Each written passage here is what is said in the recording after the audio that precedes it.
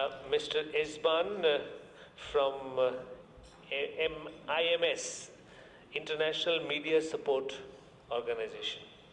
Vafusana, based in Copenhagen, but working in 32 countries around the world.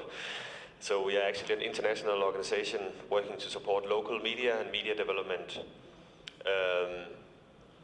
And thank you for this discussion. I find it very interesting, and I'm still trying to decide if I'm an optimist or a pessimist, and I haven't really figured it out yet. I mean, there are trends, global trends that are really depressing, and some of them have been mentioned here today. I would like to address one corner of this, which I think is also relevant to the Bangladesh experience. I'm new to Bangladesh, but I had the pleasure and privilege of living in your neighboring country, Myanmar, for several years, 4 years, also 2 of them being under the military regime. And there, every day we woke up reading the daily newspaper, New Light of Myanmar, the state newspaper, and actually laughing a little bit, although it's a serious matter, but every day they had this on the back page, the same sentences attacking foreign media, so calling them killer media, calling them lies and thieves, and BBC was attacked, Democratic Voice of Burma was attacked, and Voice of America, so all foreign media was seen as evils, and they had sort of to mention that every day, every morning. And now it seems to be a universal thing that those in power feel that they are free now to name and shame independent professional media. And we've seen it in the recent U.S. elections, and we see it everywhere. And that's really depressing, and that's why I'm leaning towards the pessimist side.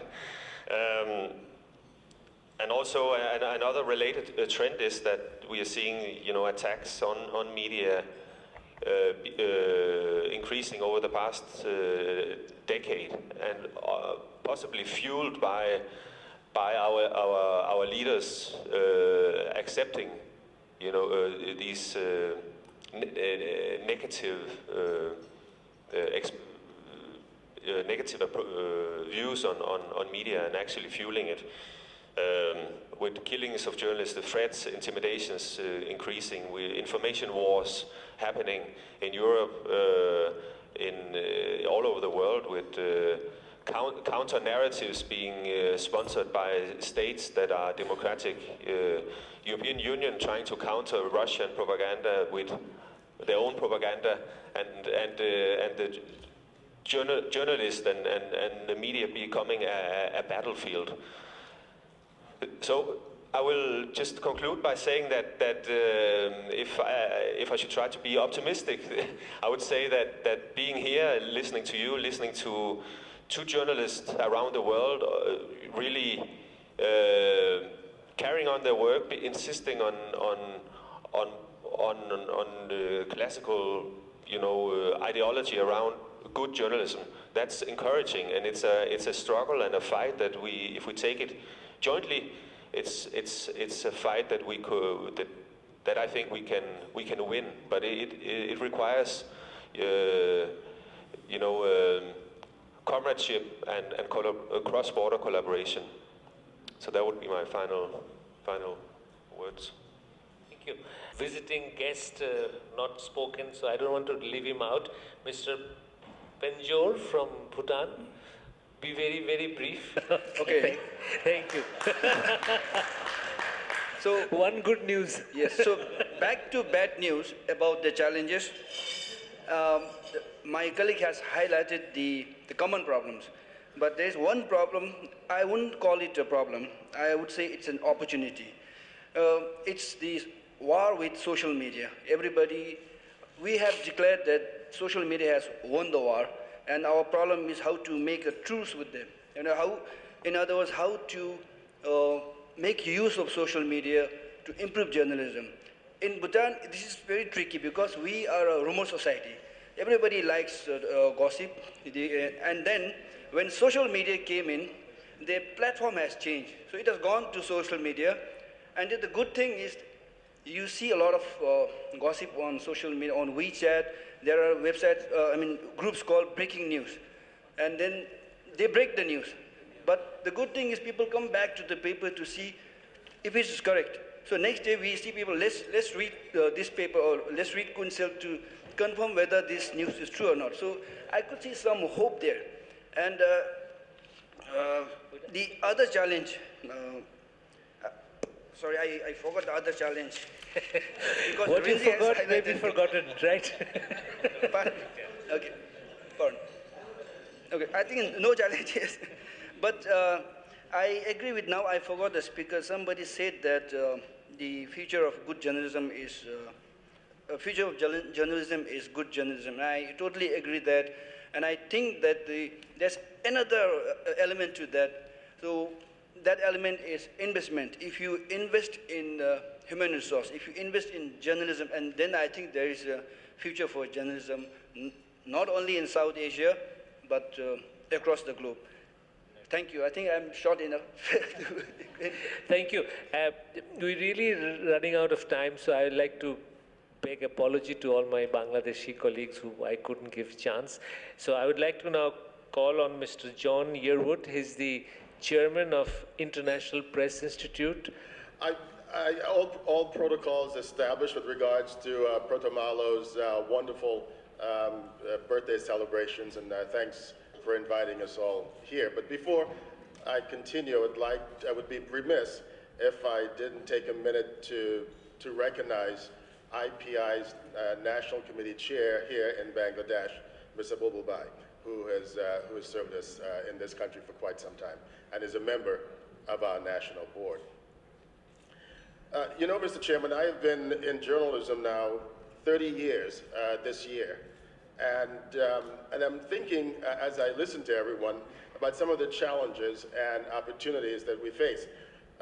I'll list about 3 of them that I want to touch on. One is money. 2 is sharing what we know.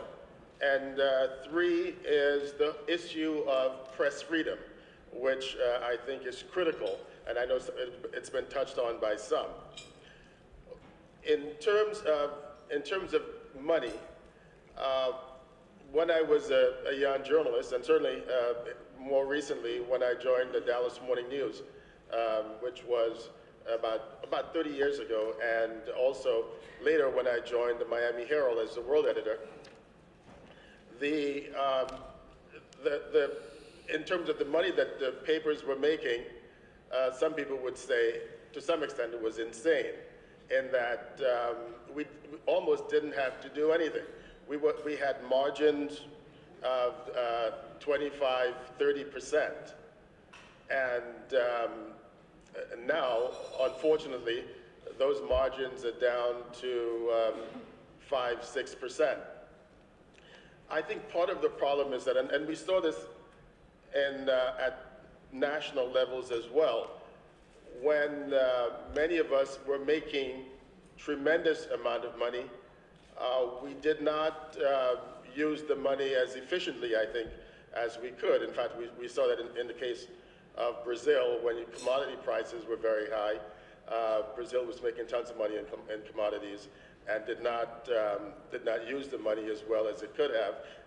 Partly as a result, it is in the financial tailspin that it has been in the last couple of years. Let me talk for a minute about someone who I think did that. About 2 years ago, I was in Trinidad and Tobago, which is in the Caribbean, meeting with one of the CEOs of one of the largest newspapers in the region, and we were talking about margins of her company.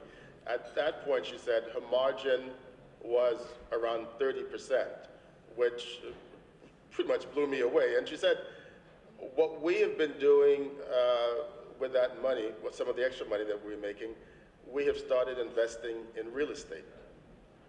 And I recently, just a few months ago, I was having lunch with the same editor, and she said that the economy of her country, Trinidad, has gone south because of oil prices.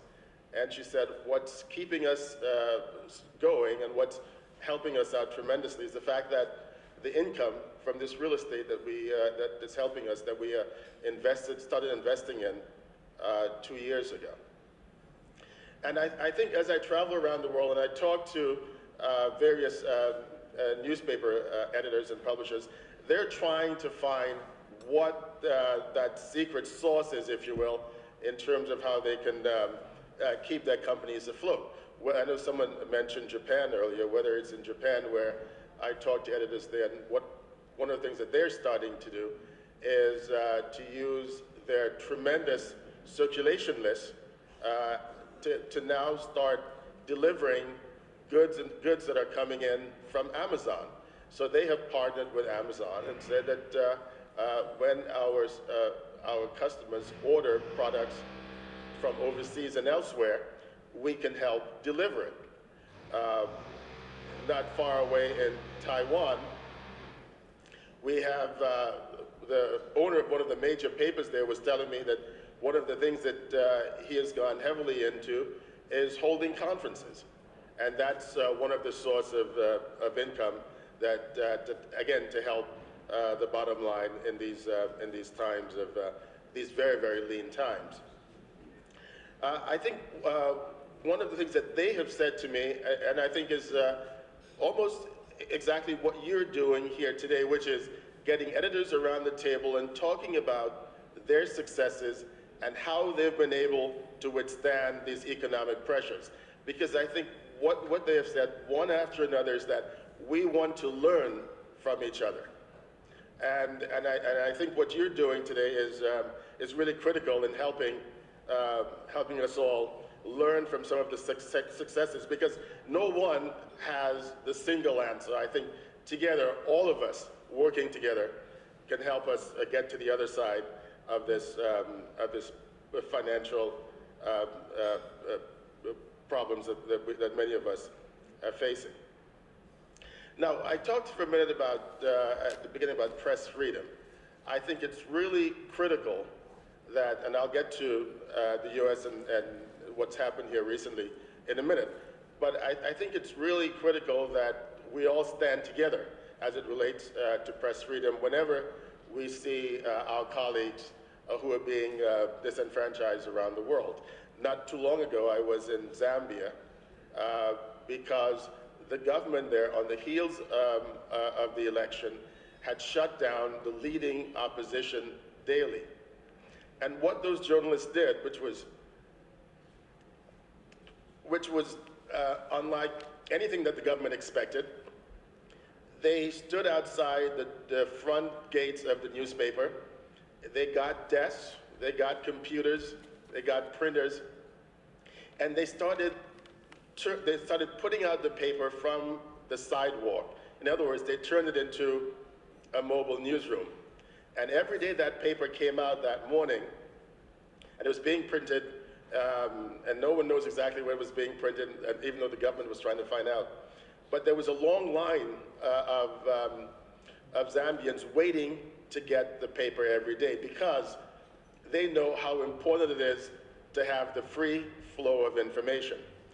Just a couple weeks ago, I was in Istanbul within days after the government jailed about a dozen of journalists from one of the opposition dailies. What was really heartwarming walking into the newspaper offices was there's a number of journalists. There were dozens and dozens of journalists outside of the newspaper's offices where they've been day after day after day trying to get the word out about not only about what's happening, but also putting the government on notice that even though they may jail our colleagues, they cannot kill the independent press and they cannot kill our spirit. And I think one of the things that was most gratifying to the journalists there is that when I told them that through our work at IPI, where we send out messages to our members and others around the world, that the world is watching, the world has their back. And here in Istanbul, you're not alone. And I think it's really important when we get together in meetings like this, that we know that when the government, journalists, that we all must come together to do what is right and to keep the free flow of information going. I think that's as critical as can be. Which brings me to what's happened in the US in recent days. It has been perhaps maybe one of the few times in the country's history where you have someone who's been elected president who seemingly is so anti-media. As all of you know, and based on what I heard, you followed the elections even more closely than some of us in the United States, which perhaps is the reason why we had the outcome we did. But one of the things that he has said repeatedly on many of his campaign appearances is that the media were among, and should have been, among the most hated group in the room. And he said that often with pride. And as some of you may have seen, just in the last few days, the protests that were being held in the United States, he sent out a tweet in which he blamed the media for the protests. Which brings us to the job that we have ahead of us. IPI has been around for almost 70 years. And as I've indicated, we are as relevant today as we were 67 years ago when we were founded. And what we're doing and what we would like to do is count on all of you to work with us as we look at what's happening in the US and how we can impact and to make sure that what happens under President Trump as it relates to the media does not become the story of what we've seen in Zambia and what we've seen in Turkey. Finally, in the US, at the Washington Post, the new editor of the new owner of the Washington Post, Jeff Bezos, he was talking about what's going on with social media and the importance of what's happening online. And he made a very interesting point, and many editors have wondered, why are we losing circulation? Why aren't we going more aggressively into social media? And he made the point that this is not really about us. It's about the public. And we have to go where they are.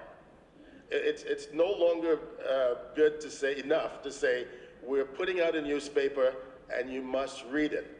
When people are reading news on Facebook, and in the last year, and certainly in the last week, I have received more information on Facebook where people are directing me to articles that were in traditional mainstream papers. So the mainstream media is still as relevant as they ever were. I'm sure all of you have gotten these links in your Facebook, Twitter, and other Instagram and other social media feeds, directing you to articles that were in mainstream papers. So the point that Jeff was making, and I think it's a very good one, and I think it's when we look at how do we survive, and how not just survive, but how do we thrive? Because if you look at what happened to the Washington Post after Jeff bought it, the New York Times was the leading online publication in the country. And within a year, the Washington Post took that title from them. And partly because the philosophy of going where your readers are, I think is something that was not lost on them. So if I may leave you with anything, it is that I think we are living at maybe the most exciting time if you're involved in journalism. And secondly, it is we need to not only listen to ourselves, we need to listen to the people for whom we're doing this great journalism.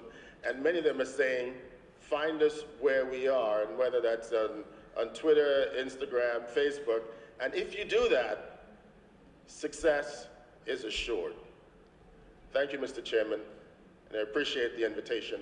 And let me say one final thing, that you did a great job in selecting the group of people from overseas to attend. I've made some great friends, and I think that if I may give any piece of advice, that hope that on this your 18th birthday, that you do this again, maybe when you're 19, 20, or maybe 21 is always a good year. Thank you, sir. Here as a journalist, one of our trait is to try and speak what perhaps is not very palatable.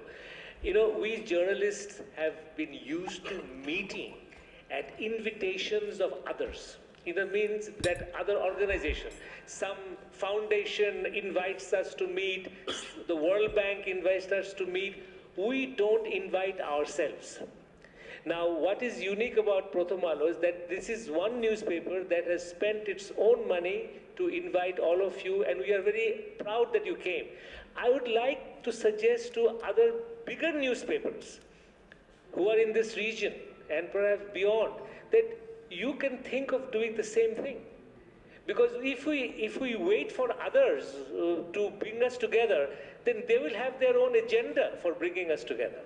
I have attended many conferences, by German Foundation, by Ford Foundation, by that foundation, or Japan Foundation, by the World Bank, but never by the Guardian, or by the New York Times, or by the Indian Express, or by the Hindu. Please, let's start doing it. Anyway,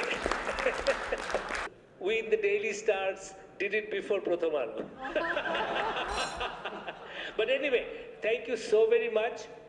I think, sir. May I suggest one thing? The deliberations are very good, very meaningful. Can we go for some sort of, say, declaration, Dhaka declaration? Okay, now he's the boss. I just would like to say, first of all, thank you all for coming. Thanks to those who have participated in the discussion. Thanks to those who have come but did not participate, for your patience, for your time. I would like to editor colleagues who have been here but patiently listened to all of us but didn't speak. So really thanks to everybody. In conclusion, I would like to say that I think the single word takeaway from this conference is introspection. We need to think very seriously where we have come and how to go forward. Now, my 2 pence contribution would be that those of us in the print media will have to realize that, like the past, people will no longer come to the print media as the first source of news. The first source of news will be a Twitter from somebody, or some online, or the mobile apps. Second port of call will be the television, which will have the visuals. So a newspaper or a newspaper's online version should not try and compete like a news agency or like the television to give breaking news. Our future, in my view, lies in giving analysis, in contextualizing the news, in investigative journalism, in featureized journalism, basically giving a much value-added content, which the online and perhaps the television cannot do as well as we do. Investigative journalism will be one of our important selling points. Editorializing. Many people feel that a newspaper should not have a view. Now, many readers in the future will come to a newspaper because of the value of the views of that newspaper. People will trust that newspaper, that, listen, I'm getting 100 type of news, 100 interpretation, what should I trust? The newspaper which will give a trust, high-level trust-based editorial, people will come to that newspaper. So there will be a very strong news section, but there must be an equally strong views section which will analyze what has happened. This is my very modest take on the future of the print media. Thank you very much for coming, and I now hand it over to the editor of Pratham Alo. We also would like to, all of us here, congratulate the Pratham Alo on its 18th birthday, and let us do it with a warm applause. From my side and my senior colleagues from Pratham Alo, I would like to thank you, all of you, those who came from different parts of the world to join us, to join in our celebration of 18th anniversary, especially to International Press Institute, because when I met Barbara 1 month back, and with his support and help, I could invite many of the friends from America, Europe, and different parts of the country. Of course, I know my friends, the editor of Hindu, whom I met twice in Hyderabad and Delhi. I know Kamal Jha much more than before, especially after knowing that he is married a Bengali girl again and again. I'm mentioning it to connect. Right, Sujata, you are here? Yes, thank you. And of course, Sati and others and other friends from Nepal, Bhutan, we are very interested to have guests, not from India. Normally, what I do when we go and we find that is in the South Asia especially, it is always the India-dominated seminars, meeting or whatever happening, even about media also. So we are very lucky to have editor from Nepal, editor from Bhutan. We tried much to have one from Pakistan, but we couldn't, they couldn't get visa. About Sri Lanka, we don't have much connections.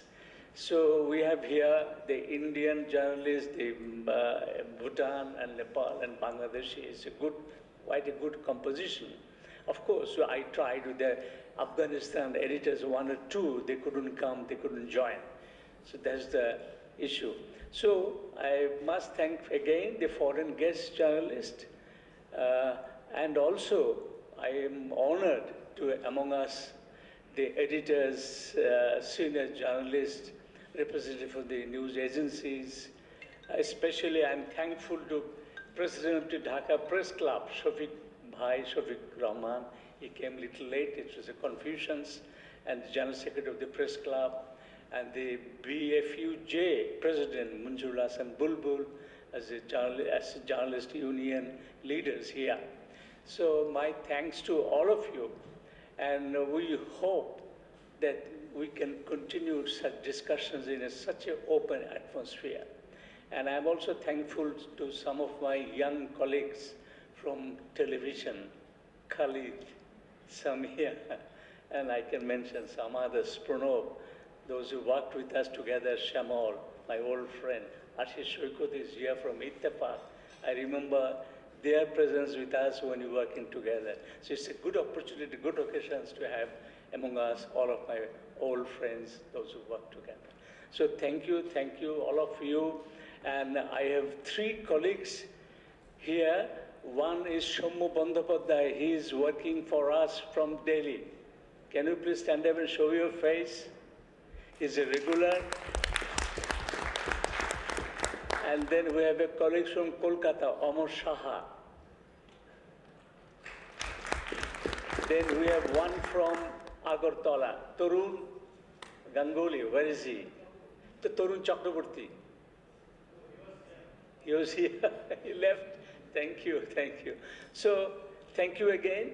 So I think we learned a lot, especially I heard yesterday and today from Komal, from Shati and others, the points they're raising, going to the people, meeting them, to get news from them, not to depend on the government source, from the police source, from district officer source.